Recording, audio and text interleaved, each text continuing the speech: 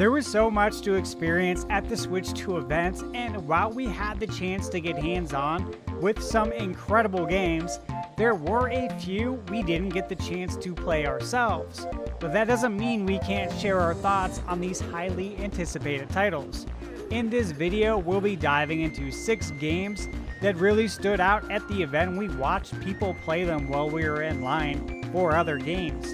And those are Street Fighter 6, Yakuza 0 Director's Cut, Civ 7, Split Fiction, Kirby and the Forgotten Land with the DLC, Switch 2 Edition, and Mario Party Jamboree TV, Switch 2 Edition.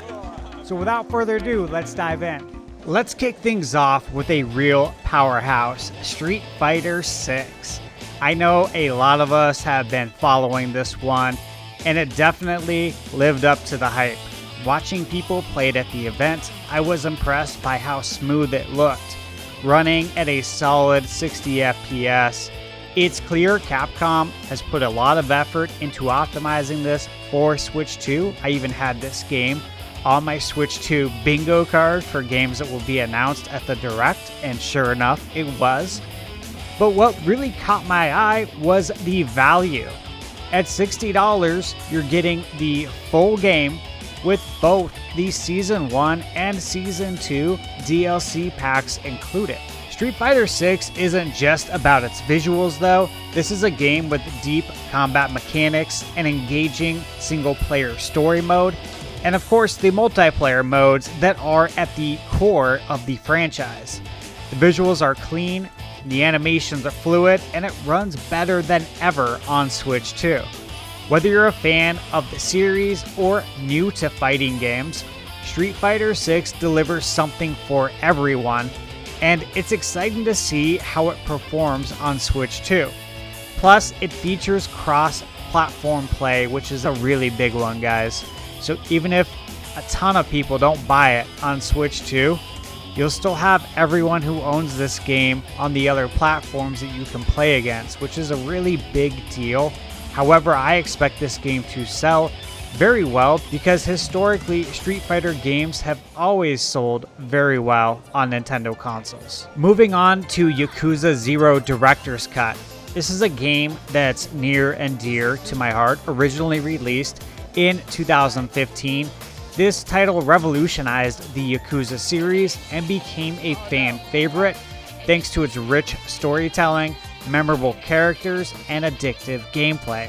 I didn't get the chance to play the Yakuza 0 Director's Cut at the event, but from what I saw, it looked absolutely stunning on Switch 2, running at a smooth 60 FPS, or possibly higher if it was utilizing variable refresh rate.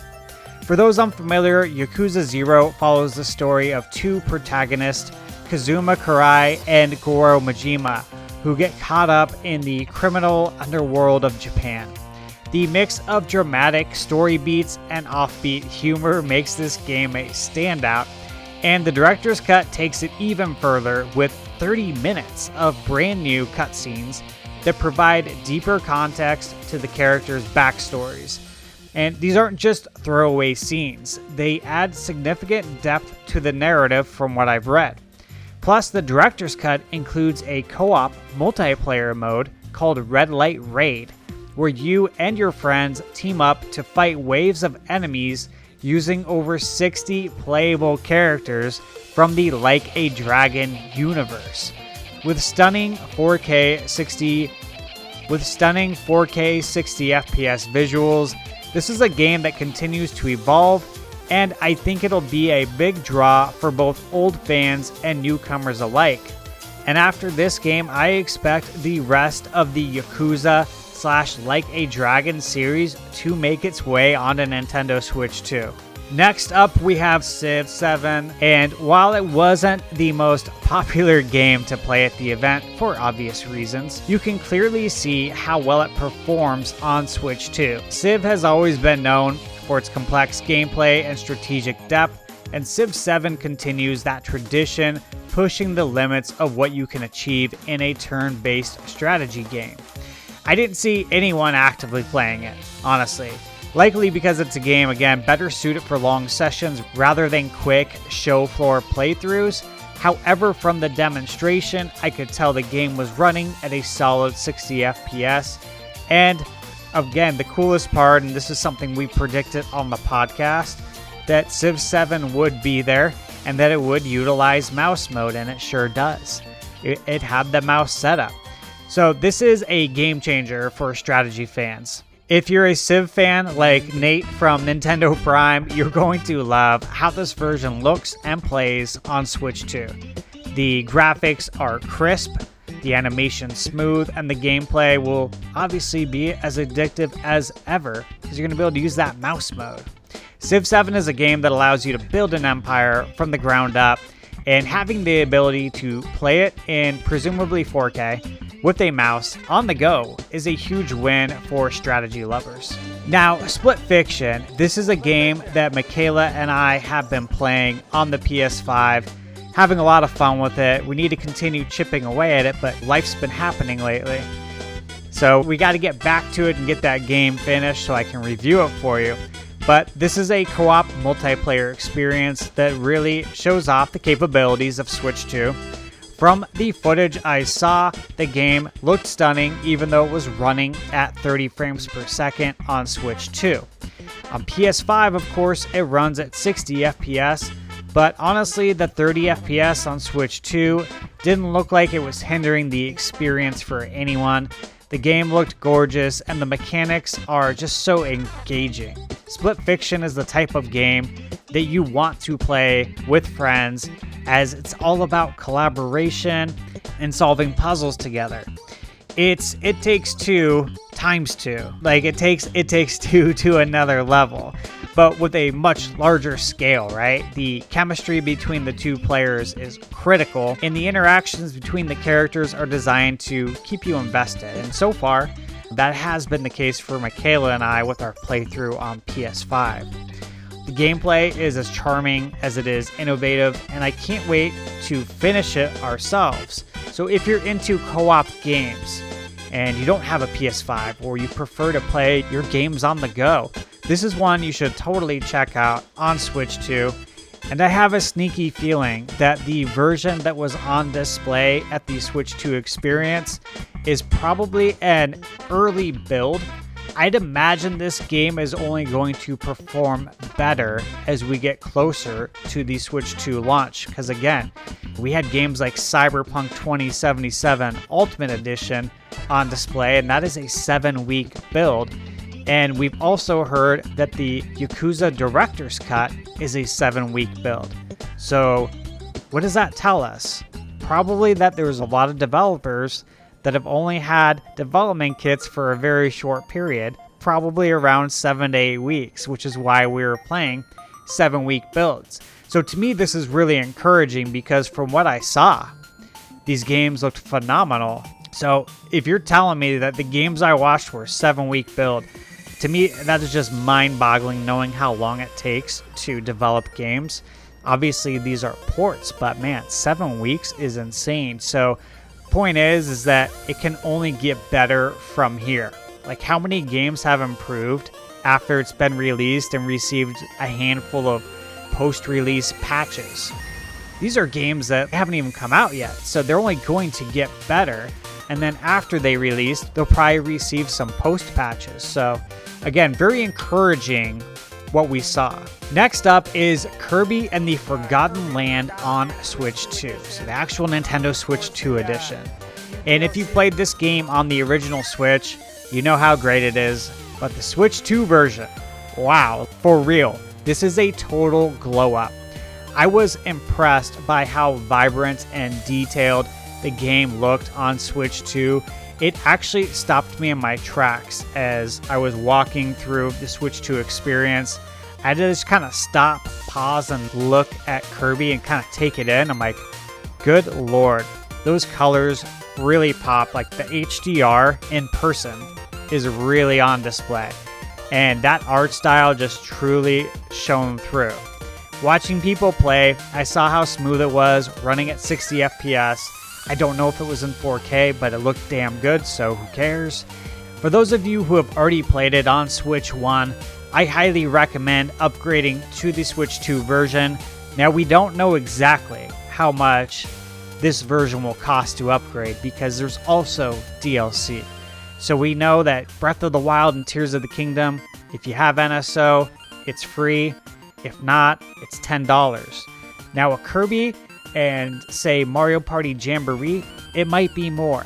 Brace yourself for $20, right? It might be that because there's new content as well. But either way, I'm going to say that I think that's a great deal. The game's charm and whimsy really come to life here, and I'm already looking forward to experiencing this game at home on my big screen TV, because when you have a bigger one at home, it's exciting to think about how it's going to look on an 85-inch TV or on the 150-inch projector that's 4K, 120 hertz. So I'm super excited to see what these look like on the big screens in surround sound, so I can really hear it good, as opposed to being at an event where it's loud. Finally, we have Mario Party Jamboree. And while we didn't get to play it, we both couldn't help but notice the excitement around the booth. I mean, it's Mario Party, so you know what to expect. Chaotic mini games, laughter, and a lot of yelling. Like, you could hear people yelling at the Mario Party booth from the other side. Like, no problem. What sets Jamboree apart for the Switch 2 edition is its integration with the Switch 2 camera. This adds a whole new layer to the experience, letting you be part of the action, and honestly, the energy in the area was contagious. Everyone looked like they were having an absolute blast, and I've got a strong feeling that Mario Party Jamboree is going to be a fan favorite on Switch 2. The camera allows you to interact with the game in a way that hasn't been done before with the Mario Party series, and that alone will probably drive sales. If you don't have a USB webcam yet, the Switch 2 camera is definitely worth checking out. It's $50, but especially for a game like this. And the thing is that if you don't have one, right, I would suggest checking out the Switch 2 camera just because of the stand that it comes on. That makes it really convenient, as opposed to a webcam that doesn't really have a good, strong stand. And I am under the belief that the Nintendo Switch 2 webcam can also be used on your computer, I would presume. If you look at some of Nintendo's other products, they can be used on the computer, like the Nintendo 64 NSO controller. I can use that on my computer as a controller. So I would presume that anything will work. But again, if you already have a webcam and you want to use that, you can. It just needs to be USB-C. So keep that in mind if you don't want to take the plunge because you want to see first if maybe Nintendo is going to utilize the webcam on other games and you want to wait. Totally get it. That makes sense to me. Personally, I don't think I'm going to pick up the webcam at launch because I do have some extra webcams that I can use, and I think I will test those out first. And if for some reason I find that they're just not functioning the way I want, maybe then I'll pick it up. So to recap, while we didn't get the chance to play all these games, I could tell just by watching how incredible they were. Street Fighter 6 is a fantastic value with its DLC included. Yakuza 0 Director's Cut is a major upgrade with tons of new content, including that new co-op multiplayer mode. Civ 7 will be a dream come true for strategy fans. Split Fiction continues to deliver an engaging co-op experience. And Kirby in the Forgotten Land on Switch 2 is an absolute visual treat. As for Mario Party Jamboree, it looks like it's going to be the next big party game for Switch 2. So to give you my final thoughts, I'm honestly excited to dive deeper into these games when they're released, but from what I saw at the event, I can already tell they're going to be hits. Whether you're a longtime fan or new to these franchises, I think there's something for everyone here. So what do you guys think? Are you excited for any of these games? Have you played them already, or are you waiting for the Switch 2 versions? Let me know in the comments section below, and be sure to check out all my other hands-on impressions from the Switch 2 experience, like winning the Mario Kart World Knockout Tournament, Metroid Prime 4, Donkey Kong Bonanza, and I got to play it twice, Zelda Breath of the Wild, and Tears of the Kingdom, both in docked and handheld mode, Hades 2, Cyberpunk 2077 Ultimate Edition, and more. Don't forget to like, subscribe, and hit that notification bell so you don't miss any of my upcoming videos. And as always, remember, never too old to play video games.